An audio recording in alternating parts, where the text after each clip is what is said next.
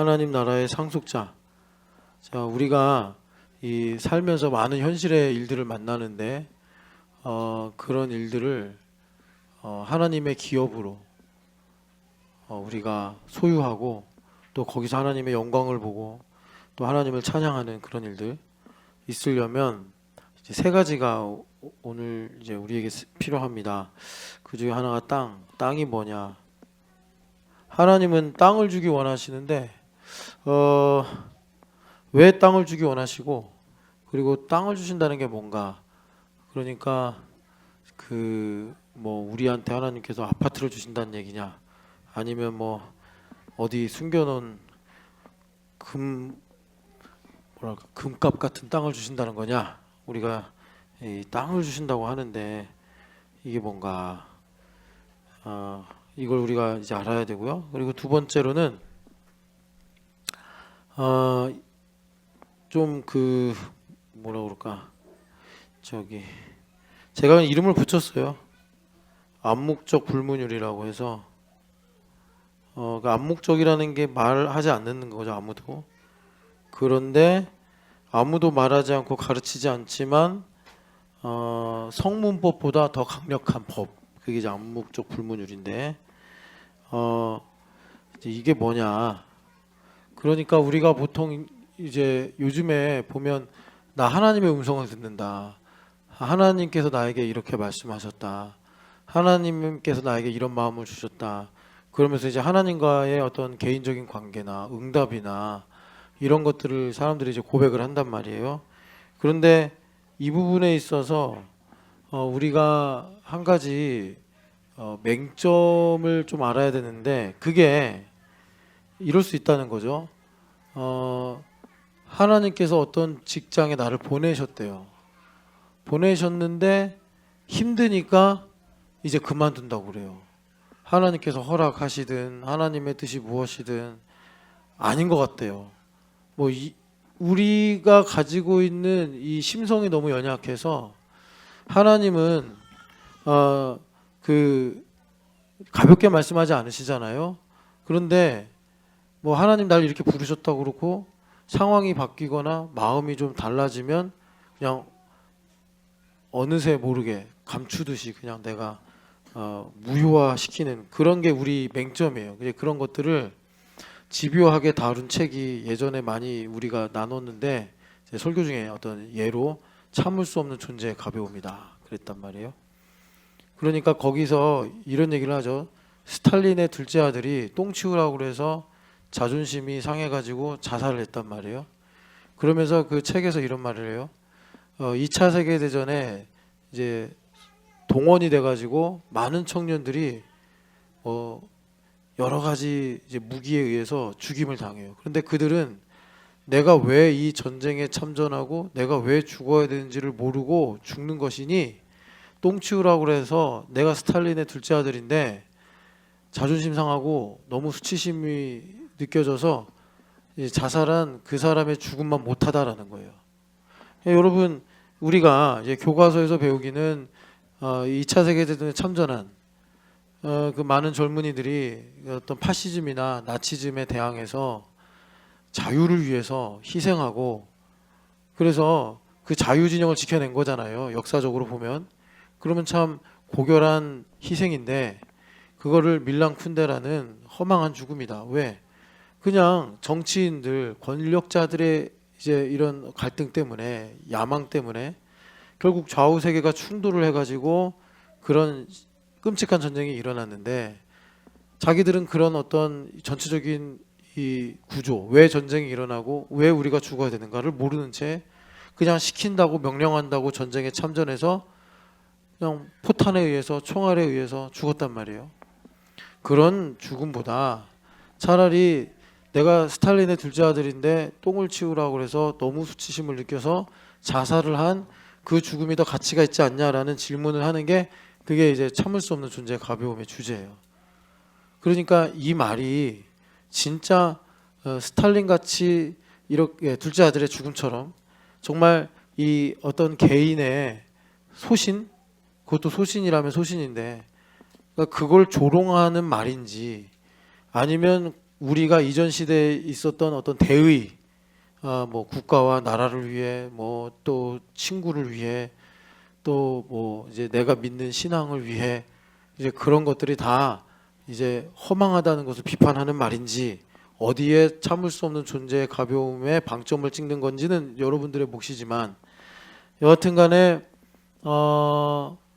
이제 우리가 그런 맹점의 시대를 살고 있어서 주님 사랑합니다. 뭐 주님을 위해서 대단한 일을 하겠습니다. 뭐 막 그렇게 우리가 한때는 뭐 막 선포하고 뭐 막 눈물도 흘리고 그러다가도 또 상황이 달라지면 낙심하고 의심하고 뭐 기도도 안 하고 그런단 말이에요. 그런 시대를 살고 있기 때문에 요것이 상당히 중요하다. 그러니까 이게 뭐냐? 이 흔히 이제 기독교인들이 이제 일상적으로 말하기를 하나님의 음성을 듣는다. 하나님 내게 이렇게 말씀하셨다.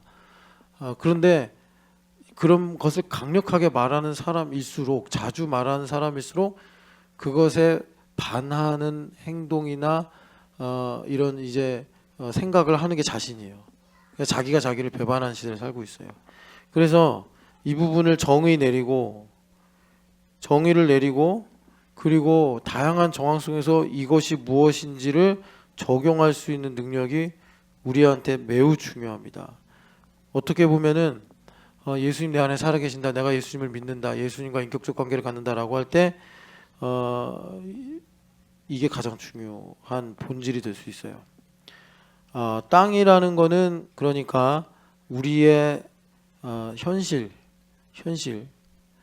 중요하죠. 그래서 내가 왜 회사를 다녀야 되는가? 내가 왜 이사를 기도하면서 어떻게 할지 선택을 해야 되는가?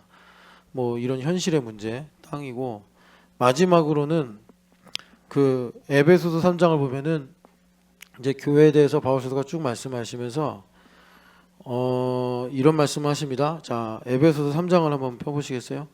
에베소서 3장을 보시면 바울 사도가 이제 교회에 대해서 쭉 말씀하시면서 3절 같이 읽어보겠습니다. 너희를 위하여 내게 주신 하나님의 그 은혜의 2절이네요. 2절 같이 읽어보겠습니다. 너희를 위하여 내게 주신 하나님의 은혜의 경륜을 너희가 들었을 터이라. 아멘. 은혜의 경륜입니다. 은혜의 경륜. 이걸 우리가 알아야 됩니다. 그런데 여러분 지금 2절 읽었잖아요. 3절을 보면은 은혜 경륜을 뭐라고 그러냐면 비밀 이렇게 말합니다. 왜 비밀이라고 그러냐면 만세전에 감추어졌던 것인데 이것이 이제 교회를 통해서 9절에 보면은 드러났다. 그래서 비밀이라고 하는 거예요. 이 비밀이 우리가 많이 들었던 것처럼 최근에 그 로마서 11장 25절에 바울 사도가 내가 왜 이방인의 사도가 되었는가를 쭉 복음의 한 열매로 말씀 전하면서 너희도 이 신비를 알기를 원하노라. 헬라어로 보면 다 똑같은 말인데 한국어에서 조금씩 다르게 번역한 거예요. 이걸 우리가 알아야 된다. 그래서 이 세 가지가 지금 우리가 하나님 나라의 상속자가 된다라는 것에 있어서 좀 더 구체화하고 또 개인에게 적용할 수 있는 축으로 주신 것이다. 그래서 우리가 여러분 예수님 믿었어요. 이 세상은 흑암이에요. 왜 살아? 살 필요가 없잖아. 근데 왜 살아야 되죠? 하나님의 상속 때문에 우리가 살더라 이겁니다. 그러니까 하나님의 상속자가 된다는 것은 우리가 하나님의 영광을 위해 산다 이렇게 여러분들이 이해하시면 되고, 하나님의 영광을 위해 산다는 것은 하나님의 영광이 부족하니까 우리가 뭔가 하나님께 영광스러운 걸 막 드려가지고 하나님을 빛나게 하는 그런 게 아니고요. 하나님께서 하나님 자신이 영광이세요. 하나님은 모든 게 다 영광스러운 분이에요. 그러니까 하나님께서 자기의 것을 우리에게 주셔서, 자신을 우리에게 주셔서 우리를 영화롭게 하심으로 영광을 받으시는 게, 그것이 하나님께서 우리를 영화롭게 하시는 건데, 그것이 이제 하나님의 나라의 상속자가 되는 것이다. 이 세 가지를 이제 우리가 오늘 다 살피고 그리고 기도하고 이제 그렇게 진행을 할 거예요. 그래서 제일 먼저는 이제 오늘 땅을 봐야 되는데 레위기 25장의 말씀을 같이 읽겠습니다. 아까 우리가 들으면서 읽었던 말씀인데 한 번 더 찾아서 읽겠습니다. 레위기 25장 38절 말씀 같이 읽겠습니다. 나는 너희의 하나님이 되며 또 가나안 땅을 너희에게 주려고 애굽 땅에서 너희를 인도하여 낸 너희의 하나님 여호와이니라. 아멘. 여러분들이 기억나는지 모르겠는데 이 레위기를 거룩이다라고 많이 이제 주제를 말씀드렸어요. 성경마다 이제 하나님께서 쓰신 책이니까 책에는 뭐 기승전결이 있다 뭐 이러잖아요. 그러니까 레위기의 가장 큰 봉우리가 레위기 11장 45절이에요. 거룩을 약속하시는 건데 레위기 11장 45절 같이 한번 오랜만에 찾아 읽어볼까요? 45절입니다. 나는 너희의 하나님이 되려고 너희를 애굽 땅에서 인도하여 낸 여호와라. 내가 거룩하니 너희도 거룩할지어다. 아멘. 한국 교회가 처음에 이렇게 세워질 때는 한국 사회에 영향력이 엄청 컸어요. 그건 왜 그랬냐면 그 당시 이제 한국이 이제 조선이죠. 개방을 늦게 했고 그 바람에 그 교회를 통해서 이 서양 학문 문물이 이제 들어오기 시작했잖아요. 그 동주란 영화 있죠. 거기 보면은 만주 용천에서 용천인가 용강인가 거기에 그 윤동주하고 사촌 형이 같이 이렇게 교제하고 학교 다니는 장면이 나오는데 거기서 우리 이 나라가 이렇게 힘든데 독립운동해야 되지 않냐.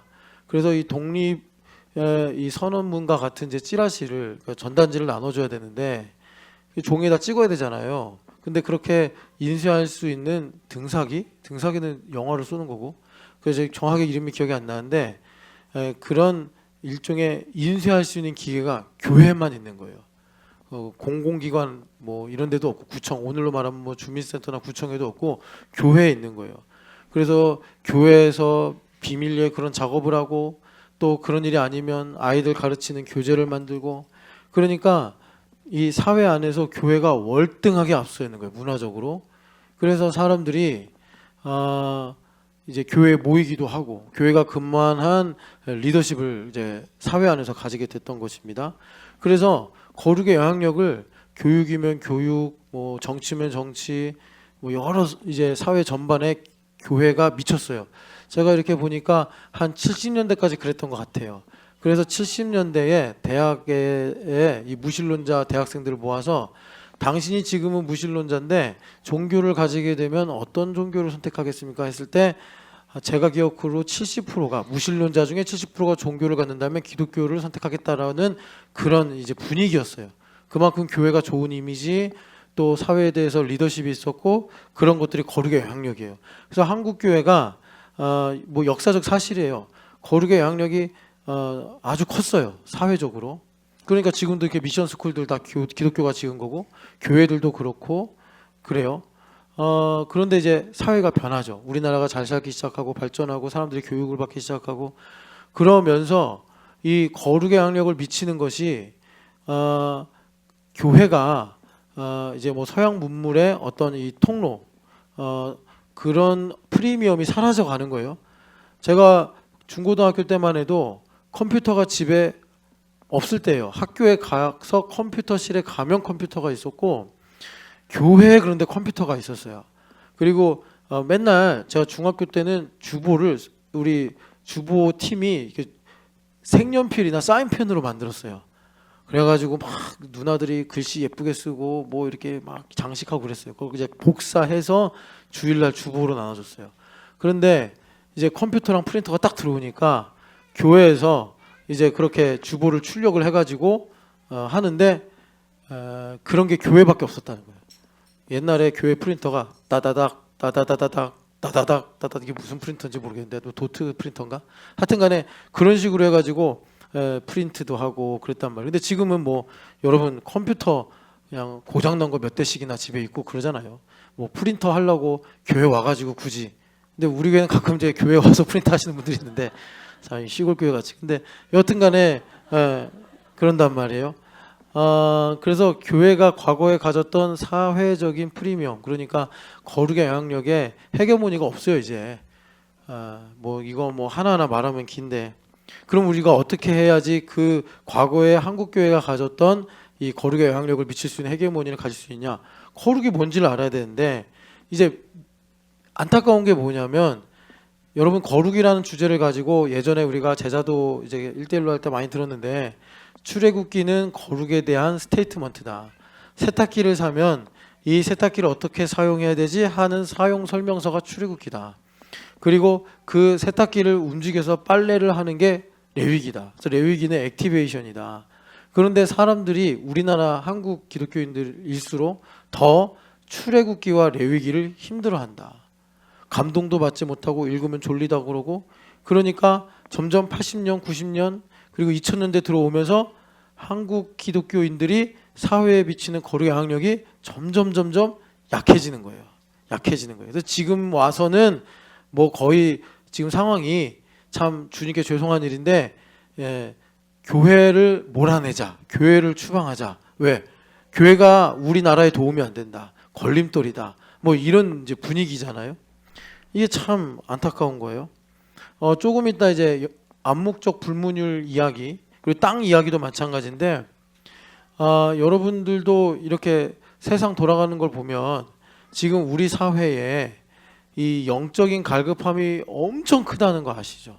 그래서 제가 우리 교회 몇몇 분들한테 진작에 들은 말인데, 청년들이 이제 고민도 많고 문제도 많으니까 이게 뭔가 도움이 필요한 거예요. 멘토라고 하잖아요. 그 멘토를 누구로 삼느냐? 점쟁이한테 가서 인생 어떻게 살아야 됩니까? 내가 어떻게 취업을 해야 되겠습니까? 뭐 이런 것들을 상담한다고. 제가 이제 대학 다니거나 청년일 때 상상할 수 없는 일이었어요. 기독교인이든 기독교인이 아니든 상상할 수 없는 일이에요. 지금 뭐 우리나라가 여러 모양으로 정치적으로 혼란스러운데, 그러면서 일각에서 계속 나오는 말이 무슨 법사니 무슨 뭐 도사니 해가지고, 이런 사람들이, 그것도 우리나라에서 최고 학벌을 가지고 있는 사람들에게 지대한 영향력을 줬다는 거예요. 그러니까 이거는 그들이 멍청이라는 얘기가 아니라 이 사회에 영적인 갈급함이 매우 심한데 교회가 거기에 대해서 적절하게 반응을 못하고 있는 거예요. 영적인 갈급함에 대해서 답을 주고 영적인 갈급함을 채워주는 역할을 과거 구한말이나 또 6.25 전후에는 교회가 충분히 감당을 했는데, 지금 2025년 이 시기에 우리 시대에 교회가 그 역할을 못하니까 어쨌든 사람들은 영적인 갈급함을 채워야겠고, 그러니까 점쟁이들한테 가서 내 고민 좀 해결해 주세요. 내가 어떻게 살아야 됩니까? 그래가지고 여러분 뭐 하여튼 별의별 일들이 그 막 나오지 않습니까? 그래서 우리가 그런 시대를 살고 있기 때문에 출애굽기, 레위기, 이 거룩에 관한 내용이 참 중요하다.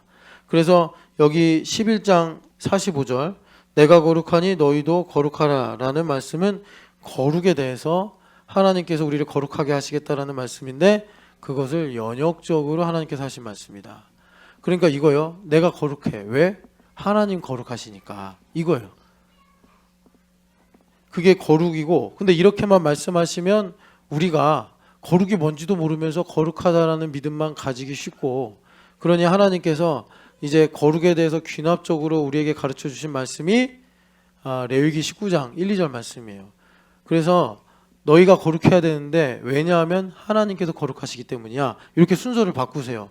그래가지고 19장을 보면은 하나님께서 다양한 계명들로 거룩을 가르쳐 주시는데, 여러분들이 잘 아는 것처럼 레위기 19장 18절에 뭐 거기에 뭐 1번, 2번 이런 거 없습니다. 1계명, 2계명처럼 그런 게 없는데, 예수님께서 제일 크고 첫째 되는 계명이 무엇이냐라는 서기관의 질문에 예수님께서 레위기 19장 18절 내 이웃을 내 몸과 같이 사랑하라 나라고 말씀하셨단 말이에요.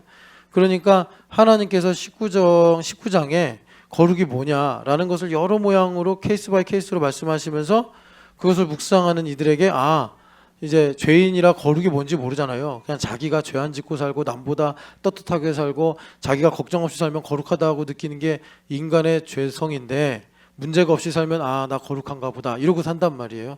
좋은 집에 살면 내가 거룩한가 보다. 내가 좋은 옷을 입으면 내가 거룩한가 보다. 우리 학생들은 공부 잘하면 내가 거룩한가 보다 이렇게 생각한단 말이에요. 그러니까 그런 게 아니다.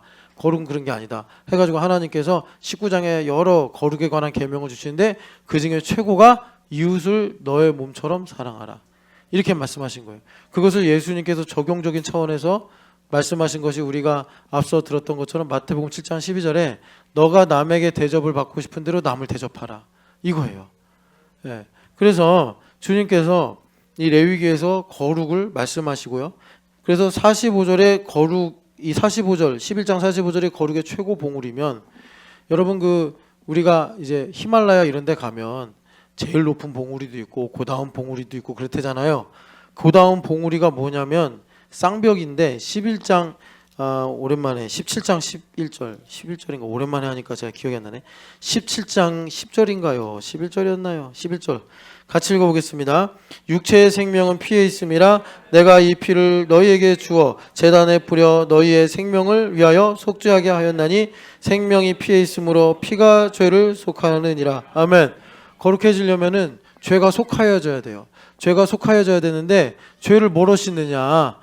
죄는요 철학으로도 씻을 수 없고 부로도 씻을 수 없고 명예로도 씻을 수 없어요. 죄는요 오직 하나 생명으로만 씻을 수 있는데 그 생명이 피다라고 주님께서 말씀하시는 거예요. 그러니까 거룩은 뭐로 거룩해지는 거죠? 예수님의 보혈로 거룩해지는 거예요. 예수님의 보혈로 거룩해지는 거예요. 그래서 우리가 자 그러면 여러분 내가 얼마나 거룩할까 이런 질문을 할 수 있죠. 이 거룩이라는 게 영향력이기 때문에 큰 영향력이 있고 작은 영향력이 있어요. 모세 선생님 같은 경우는 엄청 큰 영향력을 가지신 분이죠. 뭐 이거는 또 어떻게 보면 믿음의 분량에 관련된 거기 때문에 우리가 그 뭐 이렇게 뭐랄까 열등감, 우월감 이런 거로 말할 건 아니에요. 그런데 우리가 반응하는 것에 따라서 크고 작아질 수 있는데 보혈로 거룩해지는 거란 말이에요. 우리는 죄인이라서. 그러면 보혈이 뭐냐? 예수님의 생명이에요. 그러니까 예수님을 내가 잘 알아. 그래서 예수님을 잘 알아서 예수님을 정말 존경하고 예수님 안에서 내 인생의 의미를 더 깊이 있게 알아요.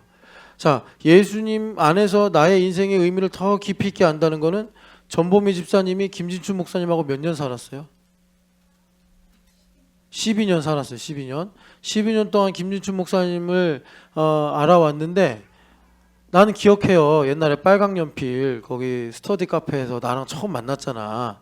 내가 알아들으라고 대구 가면 어떡하냐. 너 대구 가면 큰일 난다. 그 얘기를 내가 돌려 친구는 있냐. 거기서 뭘 하고 살 거냐. 대구는 가본 적이 있냐. 한 번 대구랑 뭐 연결되고 뭐 이런 게 없잖아요. 그냥 진춘 씨 때문에 가는 거잖아. 근데 그때는 얼굴이 이렇지 않았어요. 그냥 밝고 순했어요. 그래서 내가 계속 물어보는데 웃고만 있어. 계속 대답도 안 하고 웃고만 있어. 친구 있어요? 이러고 있어요. 가서 뭐 그러면 지금 뭐해요? 뭐 유치원에서 영어교사 선생님한테 그럼 가서 뭐 할 거예요? 뭐 직장이 있어요? 이래요. 그러니까 결론은 김진춘 때문에 간다는 거예요. 그래서 저는 이제 앞서 결혼을 먼저 했으니까 야 이거 좀 어렵겠는데. 그런데 어떡하겠어요. 김 목사님은 신났고 전보미 기자는 아무 생각이 없고 이거 하나님 하시는 일인가 보다 해서 대전에서 결혼했는데 제가 대전 가서 주례하고 그리고 잊어버렸죠. 뭐 둘이 어떻게 사는지 어떻게 알겠어요. 그 다음에 뭐 이제 각자 들어보시고 어떻게 됐는지. 그런데 거룩은 뭐냐면 예수님 안에서 왜 내가 김진춘 입이 왜 이렇게 안 되냐. 김진춘 씨하고 왜 결혼을 하게 됐을까? 하나님께서 짝지어 주신 거라고 예수님 말씀하셨잖아요. 사람이 나눌 수 없다. 하나님께서 짝지어 주신 거란 말이에요. 왜 그랬을까? 그걸 깊이 예수님을 아는 지식과 예수님을 알아가면 알아갈수록 그게 새로워진단 말이야. 그 새로워지는 것이 전보미를 거듭나게 하네. 새로운 사람으로 거듭나게 한다고 계속해서. 그게 거룩이에요. 그게 거룩. 그게 거룩이에요. 그래서 김진춘 목사님을 차원이 다르게 사랑하는 거예요. 옛날엔 잘생겨서 키가 커서 노래를 잘해서 나한테 잘해줘서 그래서 사랑했다면 이제는 김진춘 목사님이 뭐 이제 하나님의 계획과 뜻 가운데서 내가 하나님께서 이래서 짝지어 주신 거구나. 그걸 알고 내가 예수님을 사랑하는 거하고 딱 맞아 떨어져서 사랑하고 사는 거예요. 그렇게 사는 거예요. 그러니까 보혈의 능력이 뭐에 비례합니까? 내가 예수님을 아는 지식. 그래서 성도들과 하나가 돼서 사랑으로 터가 굳어지고 뿌리가 깊이 박히게 될 때 어떻게 된대요? 그러니까 그 사랑의 길이와 깊이와 높이와 넓이가 어떠한지를 깨달아 나의 안에 나의 인생에, 그러니까 제가 47년 살았으니까 47년이라는 인생의 시간에 그리스도가 충만할 때 그때 이제 우리가 보혈로 거룩해진다 이렇게 말하는 거예요. 그러니까 여러분 찬송 가사 중에 있잖아요. 주 예수보다 더 귀한 것은 없네, 이 찬양 있잖아요. 세상 그 무엇과 바꿀 수 없네. 그러니까 내가 또 내일을 살면 여러분 우리가 옛사람을 벗고 새사람을 입으면 새로운 날이고 새로운 나예요. 원수마귀는 맨날 10년 전에 너, 20년 전에 너, 1년 전에 너 이렇게 우리한테 기억이나 경험을 바탕으로 계속 우리를 속인단 말이에요. 진실이요 진리는 뭐냐면 내일은 11월 30일이에요. 내일은 새로운 나예요. 예수님 안에 있으면 우린 죄에서 벗어나서 11월 30일은 그냥 새로 태어난 거라고, 내가 새 도화지란 말이에요. 그런데 이게 진짜 율법적으로 물리적으로 내가 포맷이 되고 새로 뭐가 이렇게 장착이 된 게 아니고 마음이 새롭게 되고 변화를 받아 예수님을 믿는 믿음이 새롭게 되고 성장하여서 새로워지는 거니까 이것이 그래 영적으로 나에게 소화가 안 되면 잘 실감이 안 되죠. 그래서 과거에 연연하고 과거에 매이고 이러면서 하나님 주신 시간들을 잊어버리는 거예요. 자, 그래서 보혈의 능력으로 우리가 거룩해지는데 이 보혈의 값이 얼마짜리냐, 100만 원짜리냐, 1억짜리냐, 정말 찬송가 가사대로 주 예수보다 더 귀한 것 없네, 내가 이 세상 그 무엇과도 바꿀 수 없네. 그래서 정말 여기에 무한대가 딱 찍히면 정말 우리가 인생을 복되고 거룩하게 살아가는데, 아니 예수님의 보혈의 가치를 내가 몰라요. 그러면 원수마귀가 뒷짐지고 하품하는 게 아니라 틈을 놓치지 않고 아까 찬양한 가사처럼 말과 그 탄자들이 추적을 해서 나를 사로잡으려고 하더라. 그래서 예수님께서 뭐라고 그러세요? 너희들에게 이것은 영원한 규례다. 그래가지고 6월절 이 말씀을 주시면서 내 삶의 마음의 문설주와 그 기둥에 임방에 피를 바르고 뿌려라. 그리고 믿음을 갖고 줄로 재어진 영역 가운데 살아라. 주님께서 우리에게 말씀하시는 거예요. 이게 두 번째 봉우리. 이 두 번째 봉우리와 쌍벽이 아까 읽은 25장 38절 말씀. 나는 너에게 땅을 주려고 애굽에서 인도하여 낸 하나님 여호와니라 라는 거예요. 자, 그러니까 여기서 중요한 건 뭐냐면 하나님께서 땅을 주신단 말이에요. 이게 복음이에요. 땅이 없는 사람한테, 이스라엘 백성들은 땅이 없잖아요. 땅이 없는 사람에게 땅을 주시는 하나님, 땅을 주시는 하나님 여호와. 여러분 우리가 성경을 읽으면서 그냥 하나님 여호와라는 이름이 익숙하니까 뭐 하나님이라고 하나님을 가리킬 때도 있고 여호와라고 하나님을 부를 때도 있고 이렇게 하나님 여호와라고 두 이름이 다 나올 때가 있는데 이건 의미가 다 달라요. 여러분 특별히 토라에서는 여호와라고 부르는 건 되게 중요해요. 왜냐하면 여러분 원래 여호와라는 이름을 몰랐는데 모세 선생님이 40년을 딱 마치면서 하나님의 이름, 그러니까 누가 나를 보냈냐고 하면 내가 그 이름을 뭐라고 얘기해야 됩니까?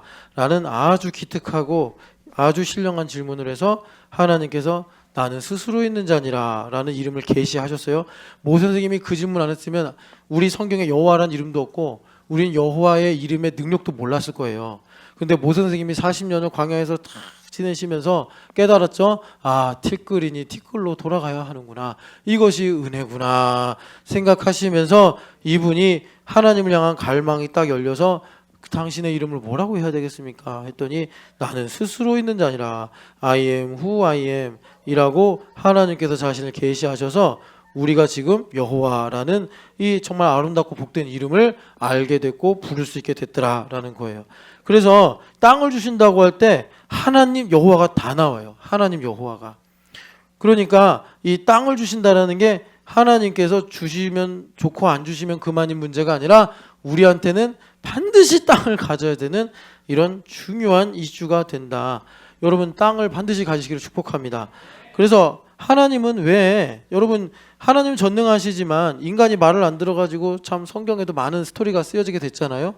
하나님 이렇게 보시면 뭐 출애굽기에 다 진멸해 버리겠다 그러시다가 또 회개하니까 나는 안 올라가고 니들만 올라가라. 그래가지고 모세와 이스라엘 백성들이 하나님 같이 가셔야죠. 그래서 하나님께서 그래 내가 친히 갈게 하시면서 또 그렇게 해놓고서는 40년 동안 말 더럽게 안 들어가지고 뭐 불도 하늘에서 떨어지고 불뱀이 와서 물기도 하고 막 여러분 많은 일들이 있었잖아요.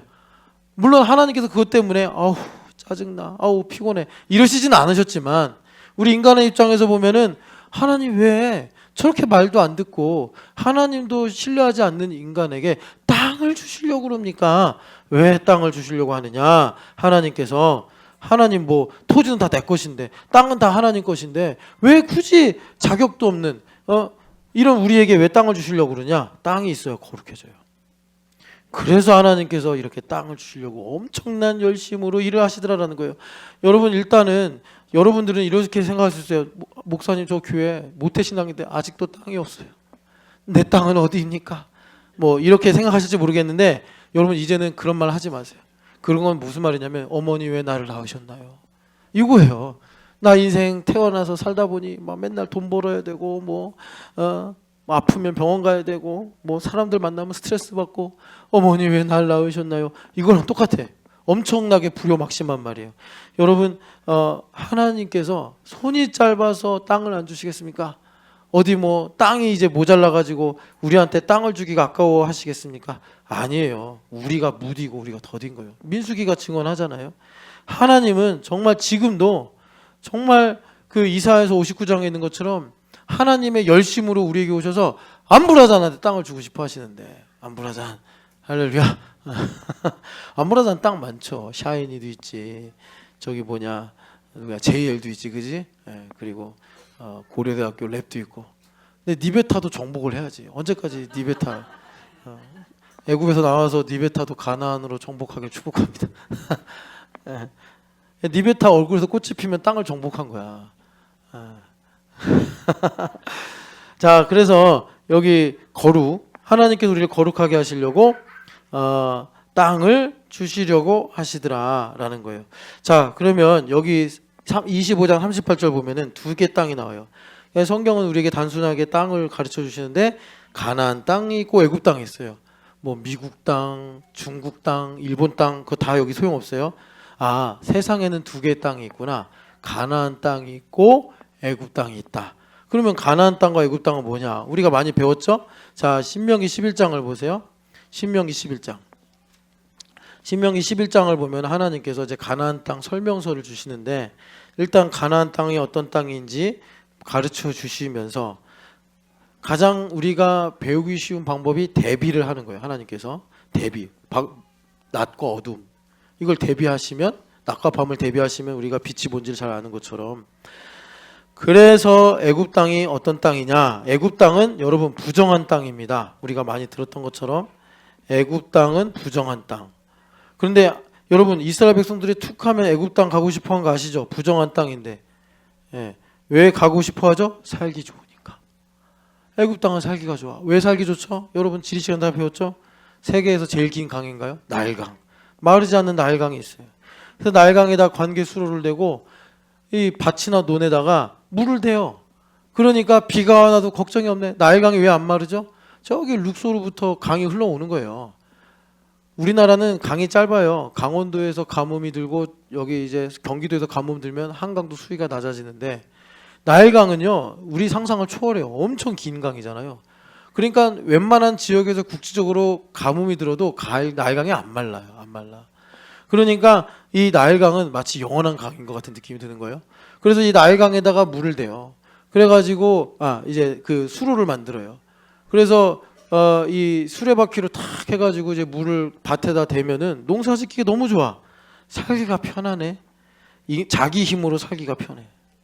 자기 힘으로. 우리 흑암에서는 내 힘으로 살아야 되는데 이게 저주인데 사실. 그런데 애굽 땅은 내 힘으로 사는데 최적화된 그 땅이에요. 왜? 자기 힘으로 나일강 때문에 살기가 좋은 거예요. 그러면 자 이제 비교되는 가나안 땅. 여러분 그래서 애굽이 세상을 상징하고 가나안이 교회를 상징하는 건 다 아시죠? 자, 그래서 가나안은 어떤 땅이냐? 거룩하게 하는 땅. 거룩하게 하는 땅인데 가나안 땅의 특징은 뭐냐? 천수답이에요. 비가 내리면 다 흡수를 해요. 11장 11절 같이 읽어보겠습니다. 너희가 건너가서 차지할 땅은 산과 골짜기가 있어서 하늘에서 내리는 비를 흡수하는 땅이요. 아니 좀 비가 내려가지고 이게 강물처럼 우리나라 이 강들처럼 계속 흐르고 있어야 되는데 우리나라랑 전혀 달라요. 이 비가 우리나라는 뭐 많으면 1500mm도 내리고 1년에. 근데 여기는 1년에 뭐 적으면 200mm 내리고 막 이런 나라예요. 그러니까 비가 이 가나안 땅에 쭉 내리면 우기 때는 조금 와디 같은 게 만들어지고 물이 흐르나 했는데 건기가 오면 싹 말라버려. 그래서 농사를 이 무슨 뭐 관기수로를 만들어서 안정적으로 할 수가 없어요. 비가 안 오면 난리가 나요. 그래가지고 하나님께 기도하고 회개하고 하나님 살려주세요 막 이래야 돼. 그래서 참 살기가 불편해요. 그래서 하나님의 은혜로밖에 살 수 없게 만드는 게 가나안 땅이에요. 그러니까 이스라엘 백성들이 하나님의 은혜 그럼 맨날 뭐 얘기해요? 이른 비와 늦은 비, 이른 비와 늦은 비. 이 딱 비 두 번 내려야 되는데 시간 순서로 보면은 늦은 비에 늦은 비가 내리는 게 뭐냐? 파종하기 직전에 비가 내려야 돼. 그래야지 씨가 딱 심겨져서 싹을 틔울 수가 있어요. 그리고 한동안 비가 안 내리다가 추수하기 직전에 이른 비가 내려야 돼요. 그래야지 뭐 요번에는 추수 때 막 비가 너무 많이 장마가 와가지고 다 이제 농사가 힘들었다고 하는데 그런 장마비가 아니고 아주 적시에 비가 딱 늦은 타이밍. 그게 뭐 아마 뭐 7월에 추수를 하면 7월 말 뭐 요래서 늦은 비인가 봐요. 그렇게 비가 딱 와야지 이제 그 열매를 추수를 할 수가 있는 거예요. 늦은 비와 이른 비. 그러니까 비가 내려도 타이밍이 안 맞으면 끝. 씨 심어야 되는데 씨 파종해야 되는데 비가 안 와. 이게 그래서 비가 쓸모없이 와버리면 소용이 없는 거예요. 야, 하나님의 은혜로밖에 살 수 없다. 그러니까 여러분 우리가 흑암에서 사는 자기중심성을 갖고 생각하면 교회 생활은 매사 불편한 거예요. 하나님의 은혜로 살아야 되는데 내 힘으로 살지 못하게 하니까 교회 생활은 계속 뭔가 걸리고 부딪히고 뭔가 나를 자유롭지 못하게 만드는 것 같은 이런 느낌을 주더라. 그런데 하나님은 우리에게 가나안 땅이 젖과 꿀이 흐르는 땅이다 라고 하시면서 주신다는 거예요. 자, 12절 같이 읽어보겠습니다. 내 하나님 여호와께서 돌보아 주시는 땅이라 연초부터 연말까지 내 하나님 여호와의 눈이 항상 그 위에 있느니라. 아멘. 자, 여러분 이 말씀이 이해가 되고 아멘이 되시기를 축복합니다. 연초부터 연말까지 1년 내내 하나님의 돌봄 있는 땅이요. 하나님께서 의인화해서 표현하시기를 여호와의 눈이 항상 그 땅을 감찰한다. 그래서 가나안 땅이 좋은 땅, 거룩한 땅, 복된 땅이더라 라는 거예요. 여러분 혹시라도 지금까지 아직도 난 애굽에서 살고 싶어 이러지 마시고 여러분 가나안 땅을 사모하는 믿음이 있으시기를 축복합니다. 자, 적용은 여러분들이 성령 하나님께 기도하면서 하시고요. 자, 그래서 하나님께서 우리에게 가나안 땅을 주시려고 그러는데, 자, 땅을 주시려고 하는 이유가 뭐냐? 땅을 주셔서 나를 거룩하게 하려고 하시는 거예요. 거룩하게 내가 거룩하니 너희도 거룩하라 하신 이 일을 가나안 땅에서 이루시려고 하는 건데, 그러면 하나님께서 이렇게 우리에게 땅을 주셔서 거룩하게 하시기 위해 우리에게 이루시려고 하는 게 있어요. 이게 조건이 돼야지 내가 하나님께서 땅을 주신 목적대로 거룩해져요. 그게 뭐냐면 자유예요. 자, 애굽 땅과 가나안 땅과 비교했는데 애굽 땅은 어떤 땅이에요? 이스라엘 백성들이 종살이 하던 땅이에요. 그런데 가나안 땅은 하나님께서, 자, 여기가 중요해요. 자유롭게 하신다라고 그랬는데 자유롭게 하는 방법이 뭐냐 봤더니 파라오의 종이 아니라 하나님의 종이 되게 하신 거예요. 이 부분이 딱 이제 여러분들한테 정리가 안 되면 교회 생활이 이해가 안 되는 거예요. 왜 이렇게 봉사를 하라고 그러나? 왜 이렇게 예배를 하라고 그러나?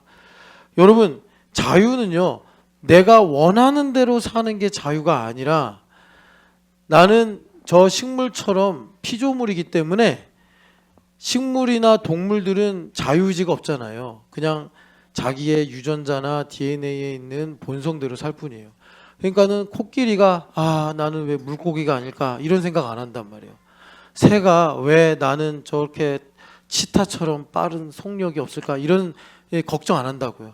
인간만 자유의지를 가지고 있어서 내가 하나님께 코끼리로 지음받았는데 나는 고래가 되고 싶어 하면서 정죄받고 정죄하고 이렇게 산단 말이에요. 그래서 하나님께서 우리를 자유롭게 하신다는 건 뭐냐면 너는 코끼리야 라는 것을 가르쳐 주시고 긴 코, 나에게 주신 상아, 큰 귀, 그리고 뭐 굵은 다리 뭐 이런 걸 가지고 하나님을 찬양하고 영화롭게 하는 것이 나의 자유란 말이에요. 나의 자유. 그런데 원수마귀가 와가지고 나는 코끼리인데 야 너는 돌고래야 속이는 거야. 난 돌고래가 되고 싶어. 그래서 코끼리가 그냥 태평양에 퐁당 빠져가지고 죽더라는 거예요. 그게 종살이하다가 사망으로 가는 거예요. 여러분 하나님께서 우리를 자유롭게 하시려고 가나안 땅으로 부르셨다. 그래서 자유롭게 하는 건 뭐냐? 하나님의 종이 되게 하시는 거예요. 근데 내가 자유를 아직도 뭐가 자유인지를 모르면 여러분 종은 뭐예요? 내 맘대로 못하고 다른 사람이 시키는 대로 다른 사람에게 매여 사는 거잖아요. 그러니까 답답한 거예요. 교회가. 아우 답답해. 이 교회 왜 나를 속박하는 거야. 원래 흑암은 여러분 성경에도 나오지만 갇히는 곳이라고. 베드로 후서 2장 4절인가요? 4장 전서 2장 4절인가. 가두는 곳이란 말이에요. 가두는 곳. 그렇기 때문에 로마서에서 비밀을 하나 말씀해 주시는데 바울 사도가 너희가 누구에게 순종하느냐에 따라 종이 된다. 그러니까 여러분들이 아무리 뭐 자유로운 시민권을 가지고 있어도 영적으로는 다 종으로 살고 있는 거란 말이에요. 그러면 나를 자유케 하시는 좋은 주인님의 종으로 살 것인지 나를 부려먹고 마지막에는 죽이려고 하는 나쁜 주인의 종으로 살 것인지를 선택해야 된단 말이에요. 그래서 우리가 하나님의 종으로 살아가는 자유를 맛보는 것이 가나안의 삶이다. 주님께서 말씀하시는 거예요. 그래서 여러분 이 자유에 관한 말씀 하나만 읽어보겠습니다. 찾아서 갈라디아서 5장 1절 말씀 같이 읽어보겠습니다. 그리스도께서 우리를 자유롭게 하려고 자유를 주셨으니 그러므로 굳건하게 서서 다시는 종의 멍에를 매지 말라. 아멘. 자, 우리를 자유롭게 하시려고 뭐예요? 나를 하나님의 뜻대로 살게 하시려고, 하나님의 경륜에 편승해서 하나님 나라의 상속자로 살게 하시려고 어떻게 하는 거예요? 나를 자유롭게 하셨다. 모든 원수마귀의 거짓말과 그 죄의 멍에를 벗겨주시고 하나님의 뜻을 위해서 뜻대로 살아갈 수 있는 자유를 주셨다. 그래서 여러분 상속자라는 개념으로 보면은 첫째 아들과 둘째 아들이 있었는데 포도원 주인인 아버지가 얘들아 오늘 포도를 반드시 따야 되니까 일손이 모자라다. 너희들 가가지고 포도 따라 했더니 첫째 아들은 네 하고 안 갔단 말이에요. 세상에서 보면 첫째 아들이 자유로운 거예요. 아버지의 말에 매이지 않은 거예요. 그런데 여러분 그 비유로 보면 첫째 아들은 상속을 받을 자격이 없는 거죠. 왜? 마음의 할례를 받지 못했으니까. 근데 둘째 아들은 다른 계획이 있었는지 싫어요 안 가요 그래 놓고서는 결국 아버지한테 매인 거예요. 아버지한테 매여서 가야지 해서 갔어요. 예수님 물어봅니다. 누가 진짜 아들이냐. 유대인들이 다 잘 아니까 둘째입니다. 둘째가 상속자가 되는 거예요. 여러분 그래서 주님께서 이렇게 말씀하시는 거예요. 굳건하게 서서. 왜 굳건하게 서야 되죠? 원수마귀가 맨날 속여요. 야 교회가 이렇게 하는 거 그거 너를 구속하는 거야. 너의 자유를 빼앗는 거야. 그러니까 우리가 또 속아요. 요동해요. 속임수에 넘어가요. 그래서 우리 인생의 시간을 허비하고 젊음을 허비하고 내 에너지를 원수마귀한테 빼앗기고 그러는 거예요. 그러니까 주님께서 뭐라고 그래요? 이제 너희를 자유롭게 하시려고 예수님께서 자유를 주셨으니 성령 하나님을 우리에게 보내주셨으니 굳건하게 서서 마귀가 아무리 간계를 가지고 우리를 속이려고 해도 다시는 속아 종의 멍에를 매지 마라. 종의 멍에를 매지 말라는 게 뭐예요? 네 힘으로 살려고 하지 마라. 그러니까 이게 자유인 줄 알고 내 마음대로 할래, 내 뜻대로 할래, 내가 정한 대로 할래 그렇게 종의 멍에를 매지 말아라. 주님께서 우리에게 말씀하고 계시는 것입니다. 여러분 그래서 다시 이제 정리를 하면 하나님은 우리에게 땅을 주시는 여호와다라고 말씀하시는데 땅이 없는 사람들한테 그런데 땅을 주시는 목적이 뭐냐면 나를 거룩하게 하시려고 나를 거룩하게 하시기 위해서 먼저 무엇을 하느냐? 애굽에서 빼내신 거예요. 그런데 옛 주인인 애굽 왕 파라오가 나를 다시 종 삼으려는 그 악한 마음을 버리지 못해서 맨날 추적하는 추노꾼들을 보내는 거예요. 그럼 말과 그 탄자들을 보면 우리는 또 하나님 나를 죽이려고 여기에 데려오셨습니까? 원망을 하는데 그것을 하나님께서 다 이렇게 모아서 바다에 던져버리시는 거예요. 그러니까 하나님은 참되시고 거룩하시고 의롭구나라고 우리가 모세의 노래를 부르게 되는데, 그래서 하나님께서 우리 안에 사실은 그 추적자들이 문제가 아니라 내 안에는 노예 근성이 문제라. 그래서 여러분 기가 막힌 말이잖아요. 우리가 여러 번 읽었지만 출애굽기 14장을 가서 보니까 그들이 바히히롯에 딱 머물면서 파라오의 군대가 딱 둘러싸니 뭐라고 그래요? 애굽으로 돌아갈래. 나 애굽으로 돌아갈래. 여러분 우리가 거기에 동시에 그 장소에 있었으면은 이보쇼 정신 차리쇼. 불과 1년도 전에 1년보다 짧은 시간 전에 당신들 아기 낳았을 때 아들들을 날강에 집어 던지던 그런 나라 아닙니까? 당신들 쉬지도 못하게 일하고 제대로 먹지도 못하게 하면서 벽돌 구우라고 그러고 풀 뜯어 오라고 그러고, 그래서 당신들이 정말 아이고 하나님 이러다 우리 민족 다 죽겠습니다. 도저히 못 살겠습니다. 아니 그런데 왜 돌아가려고 그러는 거예요? 하나님께서 만나도 주시고 메추라기도 주시고 구름 기둥과 불 기둥으로 인도하시는데 왜 애굽으로 돌아가려고 하는 거예요? 라고 우리는 말할지 모르겠는데, 우리도 같은 영적인 상황에 갇히면 나 애굽으로 돌아갈래 그런단 말이에요. 그러니까 문제는 뭐냐면 말과 그 탄자들, 나를 추적해오는 원수마귀의 정죄자들이 아니라 거기에 맞닿아서 두려워하는 나의 노예 근성이 문제라. 이거를 하나님께서 제거하시고 그걸 바다에 던져버리시는 것이 바로 그리스도께서 너희를 자유롭게 하시려고 자유를 주셨다, 이 말씀이에요.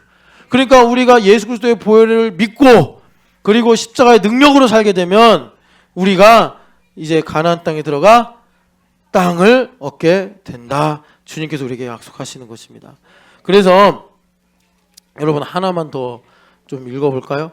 오랜만에 우리 하나님 처음 이런 땅을 주시기로 하셨지. 신명기 8장을 보겠습니다. 이 아름다운 우리의 땅, 아름다운 우리의 땅. 같이 우리 8장 어디를 보시냐 하면 7절부터 10절까지 읽어보겠습니다. 내 하나님 여호와께서 너를 아름다운 땅에 이르게 하시나니 그곳은 골짜기든지 산지든지 시내와 분천과 샘이 흐르고 밀과 보리의 소산지요 포도와 무화과와 송리와 감람나무와 꿀의 소산지라. 내가 먹을 것에 모자람이 없고 내게 아무 부족함이 없는 땅이며 그 땅에 돌은 철이요 산에서는 동을 캘 것이라. 내가 먹어서 배부르고 내 하나님 여호와께서 옥토를 내게 주셨으므로 말미암아 그를 찬송하리라. 아멘. 하나님께서 우리에게 이렇게 아름다운 땅을 주기 원하시더라. 여러분 기왕 땅의 말씀을 들으니까 하나만 더 찾아보죠. 하나님께서 우리에게 어떤 땅을 주기를 원하시느냐. 옛날에 우리 많이 읽었던 말씀인데 6장 10절부터 11절까지 12절까지 읽겠습니다. 내 하나님 여호와께서 내 조상 아브람과 이삭과 야곱을 향하여 내게 주리라 맹세하신 땅으로 너를 들어가게 하시고 내가 건축하지 아니한 크고 아름다운 성읍을 얻게 하시며 내가 채우지 아니한 다른 물건이 가득한 집을 얻게 하시며 내가 파지 아니한 우물을 차지하게 하시며 내가 심지 아니한 포도원과 감람나무를 차지하게 하사 내게 배불리 먹게 하실 때에 너는 조심하여 너를 애굽 땅 종되었던 집에서 인도하여 내신 여호와를 잊지 말고 내 하나님 여호와를 경외하며 그를 섬기며 그의 이름으로 맹세할 것이니라. 아멘. 여러분이 아름다운 땅을 정말 꿈꾸시고 나중에는 꿈꾸듯 하였도다 하시면서 이삭과 같은 열매로 소유하시기를 축복합니다. 자, 그래서 하나님께서 자 이제 땅 세 가지, 하나님께서 땅을 주시고 나를 거룩하게 하시고 우리를 거룩하게 하시려고 자유롭게 하셨다. 거룩을 우리 한번 거룩이 뭔지 다시 한번 짧게 정리하면, 거룩은 깨끗하고 정결한 것만이 거룩이 아니라 거룩은 나의 본질 회복이에요. 본질 회복. 내가 본질을 회복하는 것은 예수님을 주로 고백하는 거예요. 주인 바꾸기가 본질 회복인데, 이 본질 회복이라는 게 뭐냐면 아까 전에 말씀드린 것처럼 코끼리는 코끼리로, 호랑이는 호랑이로, 곰은 곰으로 사는 게 본질 회복이에요. 하나님께서 지으신 대로 내가 살아가게 되어 하나님께 영광을 돌리고 사는 것이 바로 거룩이다. 주님께서 이제 우리에게 거룩하게 하리라 약속하시는 거예요. 자, 거룩하려면 뭐가 반드시 있어야 돼요? 땅이 있어야 된다. 땅이 있어야 된다. 땅이 있어야 된다. 자, 그러면 이 땅의 문제를 우리가 다시 좀 더 집중해 봅시다. 자, 이 땅의 문제가 상당히 중요해요. 그래서 우리 청년들에게 이 땅의 문제를 복음으로 전해야 되는데, 하나님께서 가나안 땅을 주시면서 지금 이제 하나님의 의도와 계획을 좀 나눴잖아요. 하나님께서 그러면 그 땅에서 무슨 일을 하시느냐? 뭔가 일을 하시니까 거룩해지기도 하고, 그래서 아름다운 성읍을 얻게 하시고 뭐 분천과 샘도 얻게 하시는 거 아니겠어요? 자, 레위기 25장 아까 전에 28절 읽었잖아요. 이제 같은 장에 있는 건데 25장에 보면은 1절부터 7절까지 안식년. 그러니까 우리가 예전에 절기 이거 많이 배웠는데 하나님께서 가나안 땅에 하나의 사이클을 두세요. 사이클. 그래가지고 하루로 사이클이 돌고, 일주일로 사이클이 돌고, 한 달로 사이클이 돌고, 1년으로 사이클이 돌아요. 예, 1년이 어떻게 보면 사이클의 뭐라 그럴까, 뭐 최소도 아니고 하여튼간에 이 1년이 기본적인 사이클이에요. 1년 안에 한 달, 한 주, 하루 사이클이 있어요.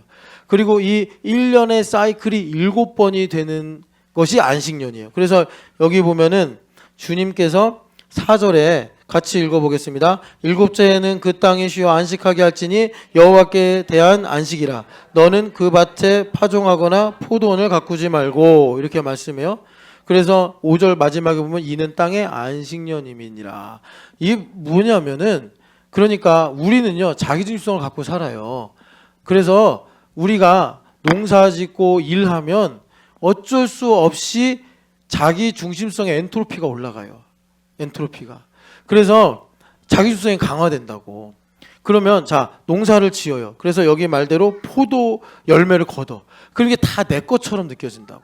내 것처럼. 그래서 이것 때문에 아까 주님께서 6장에 너희들을 배불리 먹게 하고 너희들에게 이런 하나님께서 은혜를 주시면 여호와를 잊지 말고 하나님 앞에 가까이 나아가 맹세하고, 또 애굽 땅에서 종됐던 것을 너희가 기억하면서 우상 숭배하면 안 된다 그러는데, 우상 숭배가 결국 뭐냐면 자기 중심성이 어떤 임계점을 넘어가지고 자기가 신성한 느낌이 들면 그게 이제 우상 숭배로 가버리는 건데, 그러니까 하나님께서 이런 인간의 한계를 아시고 사이클을 두셔서 하루 단위로 상쇄하시고 일주일 단위로 자기 중심성이 쌓이지 않도록 하나님께서 은혜를 베푸셔서 또 그걸 제거하시고, 1년을 돌면서 하나님께서 자기중심성이 쌓이지 않게 하는 거예요. 아, 하나님 주신 것이지, 하나님께서 주신 복이지, 하나님의 것이지, 하나님의 영광을 위해 사는 거지. 사이클을 돌면서 뭔가 자기중심성이 쌓여가지고 내가 교만해지고 내가 완악해지고 내 거라고 주장하고 싶은 마음이 쌓일 때쯤 되면 하나님께서 그만 해가지고 안식일날 쉬게 하시고, 또 1년을 사이클로 돌면서 아, 내가 이렇게 하고 싶다라는 욕망이 강해질 때 그만 해가지고 하나님께서 7년을 주기로 안식하게 하시는 거예요. 그러니까 하나님께서, 여러분 창세기 2장 보시면 하나님께서 율법을 마치시고 창조하시기를 다 마치신 다음에 복을 주셨는데 어떻게 했죠? 거룩하게 하셨다. 그 거룩하게 하신 게 뭐죠? 안식하셨다. 그러니까 하나님께서 이렇게 수시로 상번제로 안식하게 하시고 월삭으로 안식하게 하시고 안식일로 안식하게 하시고, 그러면서 하나님께서 이스라엘 백성들이 계속 하나님을 가까이 하는 거룩을 점점 항상성 있게 유지하게 만드셨더라라는 것입니다. 그러니까 그냥 이 휴가를 받아서 7년에 한 번 그냥 쉬는 것이 아니라, 그러니까 자기 안에 있는 자기중심성, 쌓인 내 뜻, 내 생각, 또 뭐 세상에 살다 보면 스트레스도 받고 또 상처도 받고 이런 모든 것들을 이제 내 힘으로 사는 걸 잠깐 스톱하고 하나님의 뜻이 무엇인지를 집중하면서 그들이 율법적으로 자기중심성을 다스리며 사는 거예요. 다스리게 하신 거예요. 그래서 이 7년의 사이클이 또 7번 반복이 되면 49년이 되고, 49년 다음 해, 자 8절부터 10절까지 한번 읽겠습니다. 너는 7 안식년을 계수할지니 이는 7년이 7번인즉 안식년 7번 동안 곧 49년이라. 일곱째 달 열흘날은 속죄일이니 너는 뿔나팔 소리를 내되 전국에서 뿔나팔을 크게 불지며 너희는 50년째를 해를 거룩하게 하여 그 땅에 있는 모든 주민을 위하여 자유를 공포하라. 이 해는 너희에게 희년이니 너희는 각각 자기의 소유지로 돌아가며 각각 자기의 가족에게로 돌아갈지며 쭉쭉쭉. 그래서 신년은 너희에게 거룩함이라. 하나님께서 마침내 한 50년, 반백년이죠. 50년을 두고서 한번 하나님께서 완전히 자유롭게 하시는, 그러니까 자유롭게 한다는 건 뭐죠? 내 거야, 내 인생이야, 내 힘으로 살아. 이거를 완전히 주님께서 한 번은 매듭을 짓는 거예요. 그래서 원상복귀를 만드는 겁니다. 그래서 하나님께서 땅을 주시면서 기획을 하나 하신 거예요. 자유롭게 하시고 거룩하게 하시려고. 그게 뭐냐면 희년이라는 거예요. 희년.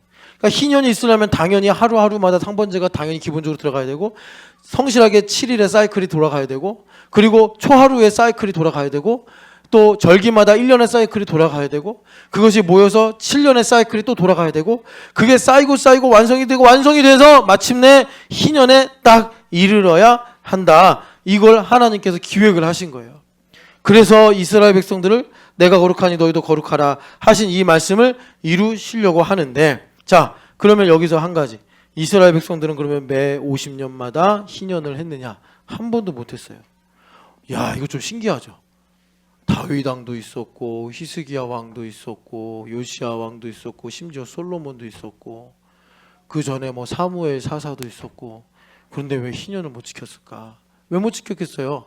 이게 안식년이 돼야 되고, 그 전에 또 안식일도 잘 지켜야 되는데 이스라엘 백성들이 그걸 다 못 지킨 거예요. 그러니까 참 언제가 희년일까? 이것도 좀 오리무중이 됐을 가능성도 높아요. 여튼간에 하나님께서 가나안 땅을 딱 주시고 기획을 하신 것이 희년이 50년마다 한 번씩 돌아가는 건데, 이스라엘 백성들이 안식일도 간과하고 상번제도 간과하고 또 안식년도 빼먹어버리고 이래버리니까 결국 희년은 한 번도 오지 못한 거예요. 그런데 놀라운 사실, 희년이 한 번 올 뻔했어요. 올 뻔한 거는 언제냐? 여러분, 여기서 인생의 지혜를 발견하시길 축복합니다. 여러분, 이번에 사경인데 여러분 희년 언제 올 거예요? 저 이제 47년이니까 태어난 지 좀 있으면 50년이네. 우리 어머니도 언제 희년 하실 거예요? 우리 어머니들 언제부터? 이거 어디를 잡을 수 없잖아요. 지금부터라고 그러면 우리 어머님들 100 몇 살까지 사셔야 되는데 불가능하고. 희년 어떻게 할 거예요? 자, 어디를 보시냐면 예레미야서를 보세요. 그래서 예레미야 선지자가 위대한 선지자인 거예요. 예레미야 선지자가.